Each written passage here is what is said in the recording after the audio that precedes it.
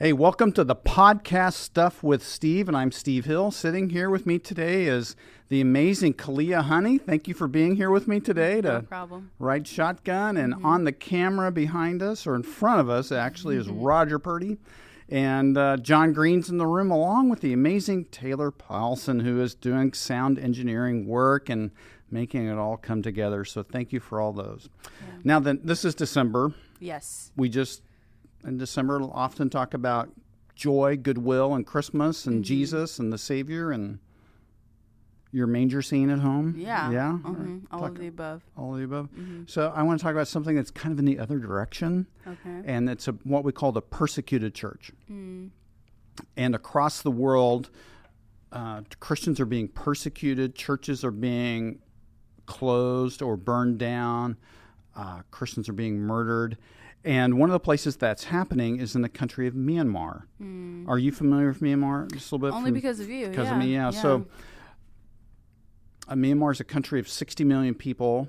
It's probably 95% Buddhist and maybe 2% Christian, 2% Muslim. Myanmar is south of China and next to Thailand, so it's in what we call Southeast Asia. Okay. It's a fairly large land country, but I started going there 8 years ago, and I went 6 straight years until COVID became an issue. And I got to teach at pastors' conferences. So I got to meet lots of Christians and pastors. I got to speak in churches too and just meet people. And through that, there were several people that I have a 6-year relationship with. And over the years, they would contact me or send me emails, and we would just dialogue together, just continue being friends, I would say. Well, a couple of years ago, they had a military coup, overthrow of the government, and the elected president was thrown into house arrest along with her cabinet. Her name is Aung San Suu Kyi, and she was a long-time political person in that country striving for freedom, and then she was tossed into house arrest. Wow. And after that moment, the military began to crack down on people across the board. But Christians are particularly targeted in that country as well. And part of the reason is ethnic, because many of the Christians in Myanmar are of a certain ethnic background, which is called Chin. And that part of the country where the Chin people are, they get the brunt of the military, or a large portion of the military crackdown. So recently, actually, it was last week, I got a lengthy email and sheet from one of my friends. In fact, this friend has been in my home here in the United States, and he runs a ministry where he trains pastors. Okay. And runs a church. He's probably taught 1,000 pastors. Wow. He's a significant leader in the country. And he sent me this, and so I just want to read part of it today. And he goes, 4 things to pray for. And this kind of sums up at least the persecuted church in that part of the world as well. Number 1, he writes, the military junta in Myanmar continues to torture innocent civilians and kill without mercy. They raped a young woman who just had a baby, burnt hundreds of houses and villages, even burnt a truck fully loaded with food, basic needs and medicines, which intended for war refugees in the Chin State. And I've been to the Chin State. They don't allow traveling to the places that need urgent help. The fighting between People Defense Forces and the junta, the military troops in the city area, causes civilians to be in danger, and some have died. To pray for my family members and people from this township. The military they destroyed, burned down to the ground 200 houses. Actually, I have pictures of it. They all had to leave their town and taking refugees near the border in India. So they had to escape. I would say it's probably, guessing 100 miles, as I remember, to the border of India from that location. And just pray for their safety. Number 3, this gets real personal for my friend. My niece, I'm not going to give her name here, was killed by the military near her camp where she served as a medical assistant for people. I'm trying not to say too much here. In a certain area called Calais, and I've been to Calais. I've stayed overnight there. I've been there 2 weeks total in Calais. And after 3 days searching, they just found her dead body and 2 of her friends' death. 9 other girls from the camp who were doctors and nurses are still in the hands of the troops. We don't know what they'll do to them. Yeah. He and his family, also my friend here, run a orphanage. Sometimes it's called a children's home there. And it's just outside one of the major cities, and so it's not safe to be outside the major city in this more rural place. And so he says, we can only go there during daytime, but not at night. The military search the houses. Sometimes drunken soldiers arrest people for no reason and ransom them off, but sometimes they just return a dead body to the family. A 19-year-old boy was arrested on the 22nd, murdered by the troops, and then they told the family to come pick up the body of their dead son. So it's a very difficult time in this location. I stay in, here at Kalia, here are pictures of that. You can see them, of the houses that are burned, and also of his niece who was killed, and these 9 workers, nurses and doctors who are taken kidnapped by this government. Yeah, it's terrible.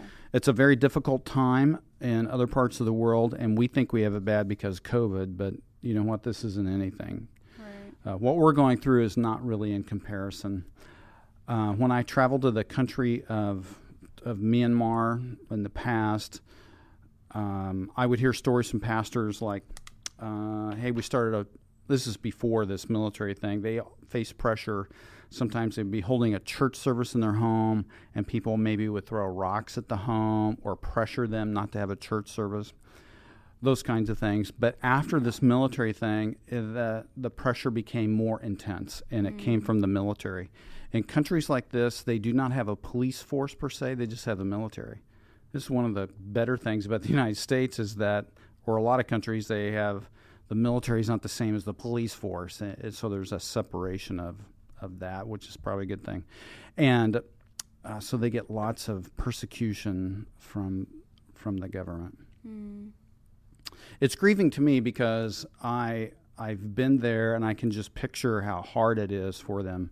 I get messages and interact with 4 Christian pastors in that country, and there are many, many Christian pastors there. It's a big country, 60 million. But we've tried to financially support at least the 4 that I know, because I know that I trust that the money's going to a good place and it's going to be used well. Yeah. So trust with that. Mm-hmm. So I logged on to there are 2 websites that track or give information about churches and Christians being persecuted across the world. One is called Voice of the Martyrs, and the other one is called Open Doors. Okay. And there's probably a few others.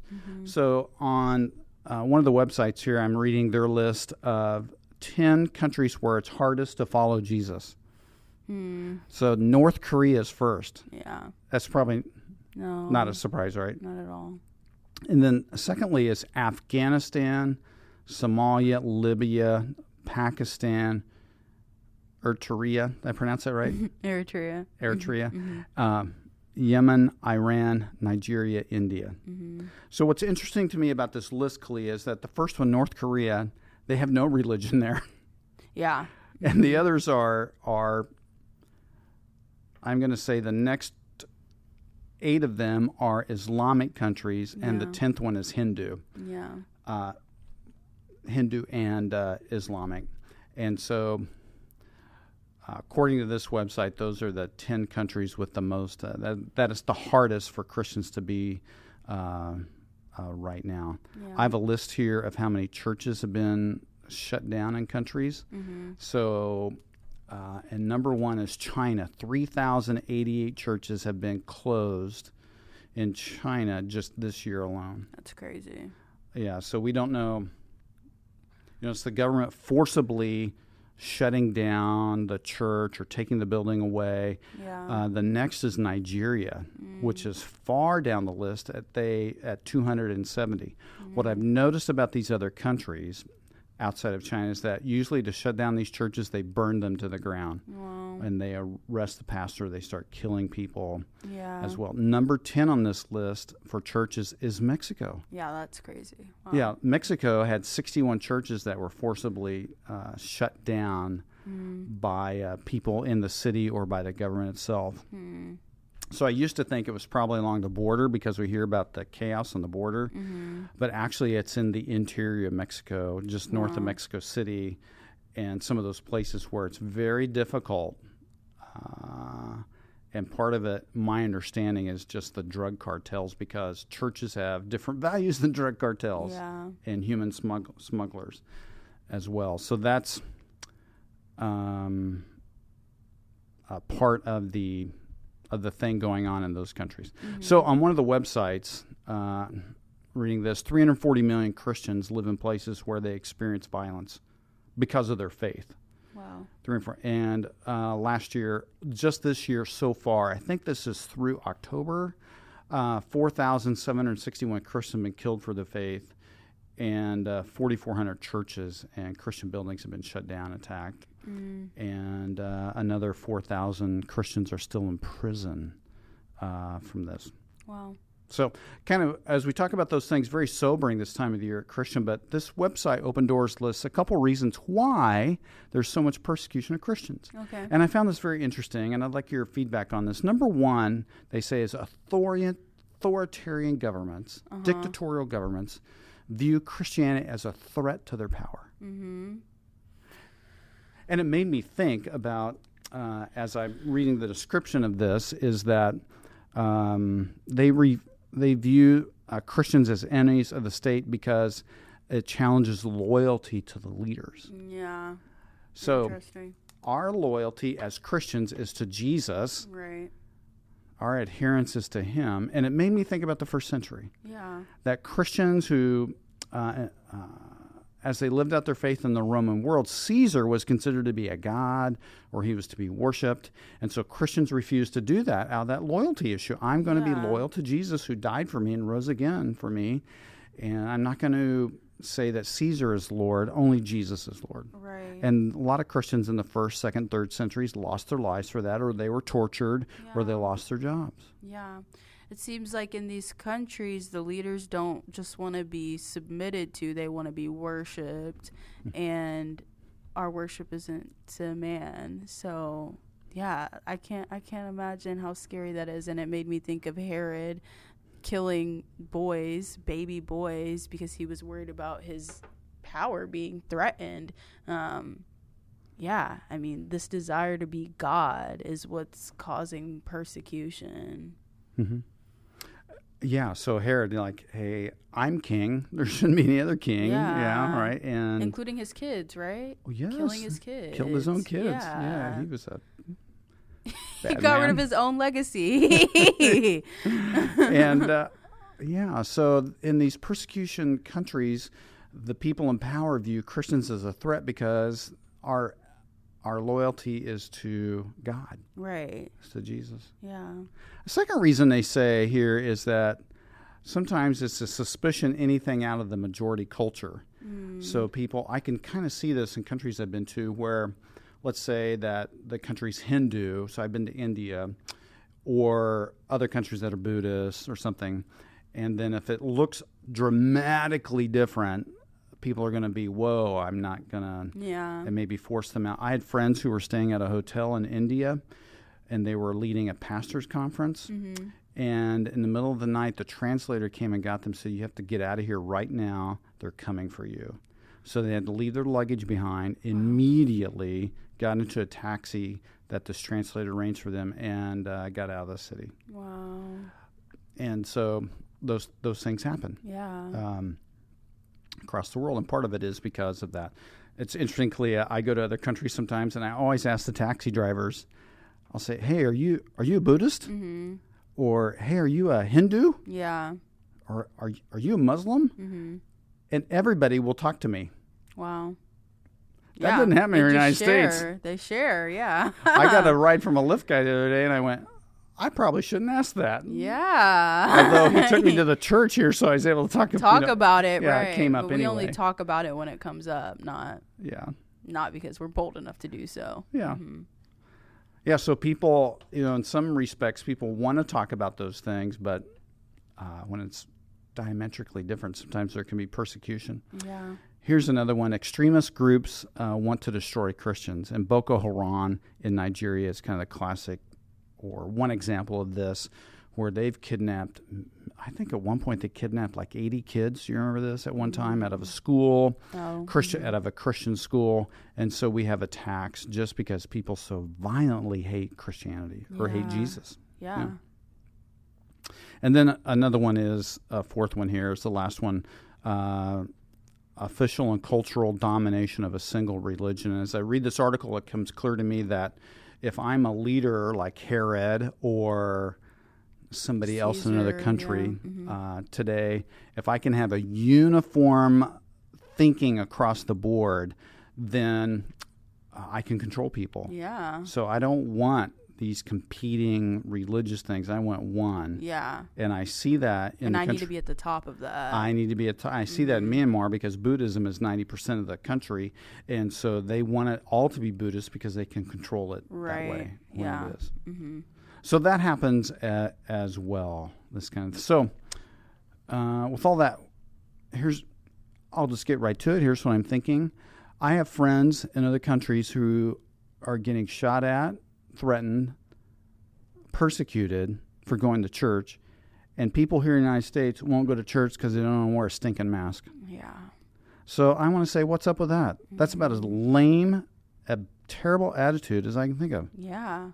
It is a terrible attitude. Because if Jesus can die for me, I think I can wear a mask and show up. Yeah. Yeah. Or people don't want to come to church at all because of the pandemic. The opposite extreme of that, right? Yeah. Yeah. So in one sense, I'd like to tell people who, hey, if you have a compromised immune system and all that, I mean, I get it. But if you're just mad about the mask and you're staying home and you're just doing couch church or pajama church or kitchen table church, coffee church, I don't know what you call it these days, then what's up with that? Yeah. I mean, really, what justifies that? When you stand before Jesus, like you say, well, I just didn't want to wear a mask, so I didn't go. And then you say, I can just have church in my own living room, just me. Well, do you have, churches have baptism, communion. They have leaders and ministries, and they serve together. That doesn't happen when you're on your own in your house. You need community, and Christ loved the church, so we need to be a part of it and loving it too. Yeah, exactly. Yeah. And so, in one sense, I want to kind of rattle the cage of those who are just like, oh, I just don't want to come because. Yeah. Yeah. As well. So when I think about my friends in other countries who are suffering, but they still go to church. They still are making it happen. Yeah. And then people here who say, well, I'm not coming. Right. There's no excuse for it. I don't think there's an excuse for it. Yeah, I agree. Yeah, I'm preaching to the choir. You're there every Sunday. I am, with my mask on. I'll be honest, I don't want to wear a mask. Yeah. I mean, I don't want to. It's an inconvenience, but it's just that, an inconvenience. It's not life or death. Yeah. Not in this same way. Yeah. Yeah.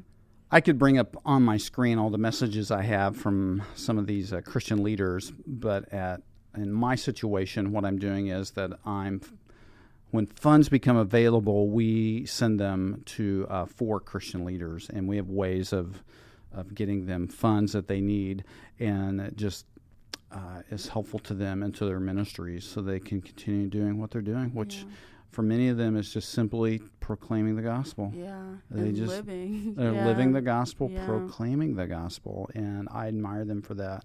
I sometimes think, would I do the same thing if I were in their shoes? I hope so. Yeah. But maybe I would. Can you say without a shadow of doubt? I can't. Maybe I'd think out. Yeah. I hope not. I feel the same. But if God puts me in that position, I guess we'll find out. Yeah. Right? Right. Okay, so talking about the persecuted church during Christmas. And so if you're interested in some of these things, you can get to these websites. One is called Open Doors, and you can just Google that. The other one is called Voice of the Martyrs, which I think is persecutedchurch.com. I think so. Mm-hmm. And you can also sign up for their free magazine so that you can get information about what's going on in the world today. So you should become informed because we love the people in our church, we love the people in our community, and we love people around the world too. Yeah. So let's get informed about those things. All right. Hey, great. It's great talking about these things on this podcast. Merry Christmas to everyone, and grace and peace be with you. Merry Christmas.